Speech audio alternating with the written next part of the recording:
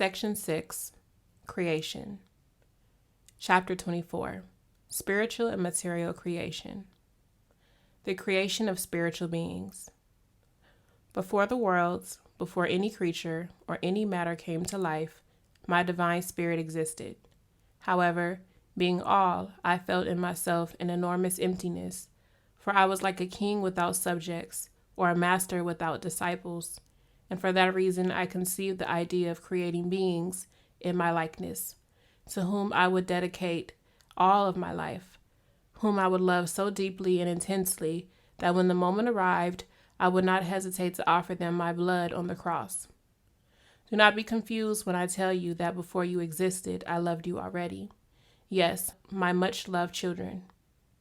The divine spirit was filled with love in spite of the fact that none but he existed. Nothing had been created. Nothing surrounded the divine being, and nonetheless, he loved and felt himself to be Father. Whom did he love? Of whom did he feel Father? Of all the beings and all the creatures that would spring from him, and whose strength was latent in his spirit. In that spirit was all science, all the elements, all nature, and all principles. He was both eternity and time. In him were the past, the present, and the future, even before the beginning of the lives of worlds and beings. That divine inspiration was made reality by the infinite force of divine love, and life began.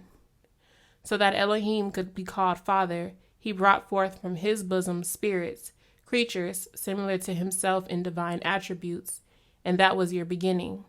In that way, you sprang into spiritual life. Love was the reason for having created you. I had a divine yearning to share my power with someone, and love was also the reason for having endowed you with free will. I wanted to feel loved by my children, not by law, but through a spontaneous feeling which would sprout freely from your spirits. Each spirit sprang from a pure thought of the divinity, and therefore the spirits are perfect works of the Creator. The role of great spirits in the creative work. Elijah is the great spirit that is at the right hand of Yah, and who in his humility calls himself the servant of Yah, and through whose conduit and through the conduits of other great spirits, I move the spiritual universe and carry out great and elevated designs. Yes, my disciples, in my service I have a multitude of great spirits that direct creation. The providential thoughts of Yah. Listen, disciples, before I created you, I already existed, and your spirits were a part of me. However, I did not want you to inherit my kingdom without making yourselves deserving. I did not want you to possess that which was in existence without knowing who had created you, nor did I want you to proceed without direction, without a destination, and without an ideal. That is why I gave you a conscience to be your guide. I granted you free will so that your deeds would have true value before me. I gave you a spirit so that it would always yearn to elevate itself toward that which is bright and pure. I gave you a body so that through the heart you would be sensitive to the good and beautiful, and so that it would serve as a crucible for constant testing and as an instrument to inhabit the material world. The creation of material worlds for the spiritual beings. When for the first time space was illuminated with the presence of spirits, these spirits, uttering their first words and taking their first steps like babes, and not having the elevation nor the strength to sustain themselves in highly evolved spiritual mansions, felt the need for a support, a hold in order to feel strong. They were given a material form in a material world, and in their new state they proceeded to acquire experience and knowledge. The universe was filled with beings, and in all the love, power, and wisdom of the Father was manifest.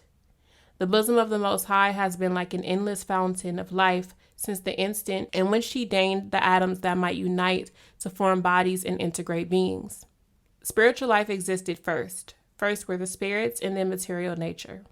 As it was decided that many spiritual creatures would take corporeal form to inhabit material worlds, all was prepared in advance, so that the children of the Most High would find all in readiness. He sowed the road his children were to travel with blessings, flooded the universe with life, filled the road of man with beauty, and placed in him a divine being of light. The conscience and spirit, forming them in this way from love, intelligence, strength, will, and conscience, Yet all that exists was wrapped in his strength and shown its destiny. Thus, when the Father formed the world and gave it as its destiny to be a place of atonement, he knew already that his children would have weaknesses and stumble on their journey, and it would be necessary that there be a dwelling where they might take the first steps toward regeneration and perfection. The creation of human beings.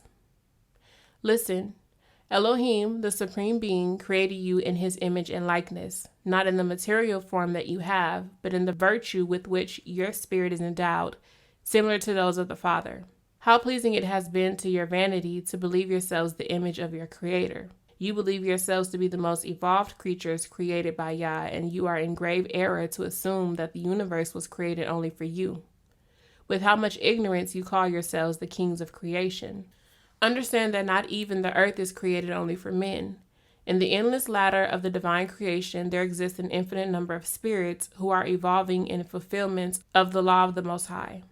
The purpose contained in all this, which as men you would be unable to understand even if you wish to, are great and perfect, as are all the designs of the Father. Yet truly I say, you are neither the greatest nor the smallest of the creatures of the Father. You were created, and at that instant your spirit took life from the Almighty, bearing within it as many attributes as were necessary to fulfill a delicate mission within eternity. Within the spirit of man, which is my masterpiece, I have placed my divine light. I have cultivated it with infinite love, as a gardener cultivates the favorite plant of his garden. I have placed you in this mission where nothing will be lacking for your livelihood, so that you will know me and know yourselves. I have given you power in your spirit to feel the life of the hereafter and senses in your body, so that you can enjoy and perfect yourselves. I have given you this world so that in it you will commence to take your first steps, and in this path of progress and perfection, you can experience the perfection of my law, so that during your lifetime you can recognize and love me, and through your merits you can reach me. I have granted you the gift of freedom of will, and I have endowed you with a conscience.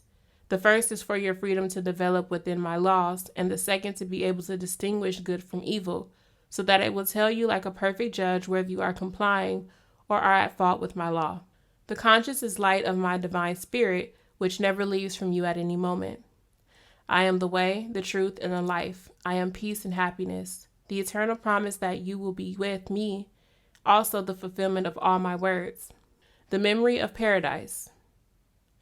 Those first men, they who were the fathers of humanity, preserved for a time the impression that their spirits brought from the spiritual valley an impression of blessedness, peace, and delight that remained in them until the rise in their lives of the passions, of the material form, and the struggle to subsist.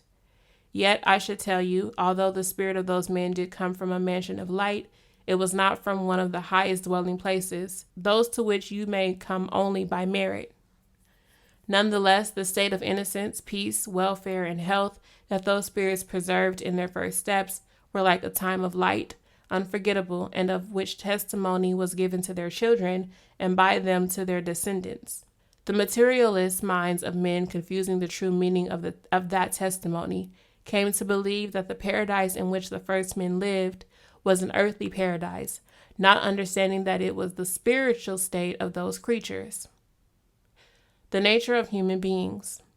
Spirit and matter are two distinct natures, from which your being is formed, and above both is the conscience.